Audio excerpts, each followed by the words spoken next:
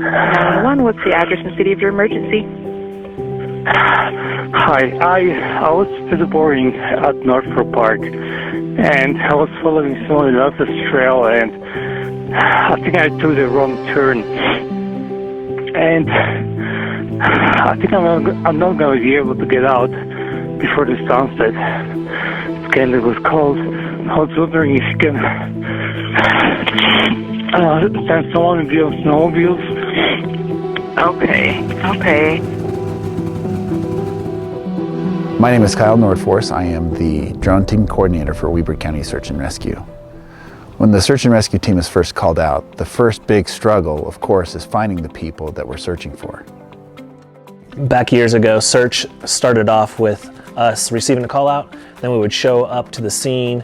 We might have a place last seen and some sketchy information about where the patient was, and then we would start to assemble our search based on pen and paper search theory. We had an application for Kyle Nordforce to join our team, and in 2018 we brought him on board. And to be honest, at the time we felt like we were behind the curve when it came to drones. And we quickly changed that around with Kyle's help, and we are one of the leading search and rescue groups in the nation right now for using drones. In times past, it used to take us hours and hours, if not days, to find the people that we were searching for. But with today's technology, that time is being cut in half, and we're finding them a lot faster. We found out very quickly the value of what a drone can do to a search and rescue team, and how it helps in so many aspects. We discovered that our searches were being cut in half, and the rescue times were being cut in half.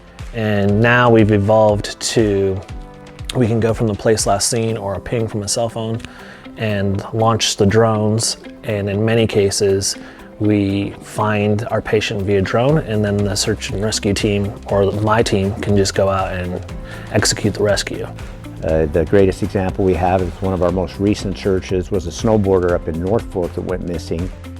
To the north gate over here at the Northford Park, and I went about 3 miles in, and I was feeling pretty good that day, so I thought I'll do another mile. Let me see. Do you know what trail? Because there's a lot of trails that kind of come up of Northford Park. Do you have any idea where you went up? Which one? And my location is jumping around. I think you can catch it correctly.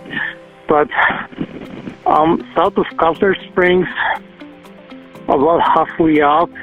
And he stated that he was lost. When we tried to reach back to him, we had no cell signal anymore. We couldn't make contact. So we had a general area. The teams arrived at the parking area or the command center area and was set up, and within 10 minutes, drone had a location on him. So at first the drone was really high, and I wasn't sure if you really see me at that time, so I started waving a little bit just to try to make myself more visible. After a while, the drone started lowering its height a little bit, and that's when I knew that it actually seen me, so I felt a little bit of relief, knowing that I was actually found. After that, teams were sent out, and with the drone on scene, there's no more guesswork on where this guy is. They knew exactly where he was because the drone was directly above the missing person. And so the ski teams and the snowmobile teams got to him fairly quickly. The drone went one step further and started plotting out the way out for everybody. We knew that it wasn't safe to go back up the mountain, so we had to find a way out, and the drone team started working on possible ways down the mountain, and we were able to plot that into a program that we use, and we're able to send that to everybody's phones. So now everybody up on the mountain could look at the phone and see the route that the drone had plotted for them to get off the mountain. It's safe to say that drones are saving lives on a daily basis. Platforms like the DJI M300 and the M30 are enabling first responders to get to those in need a lot faster. What this does is that it makes the rescues a lot more efficient, and thus making the search and rescue efforts a lot safer for the rescuers as well. So it's time and time again that we're evolving with this program.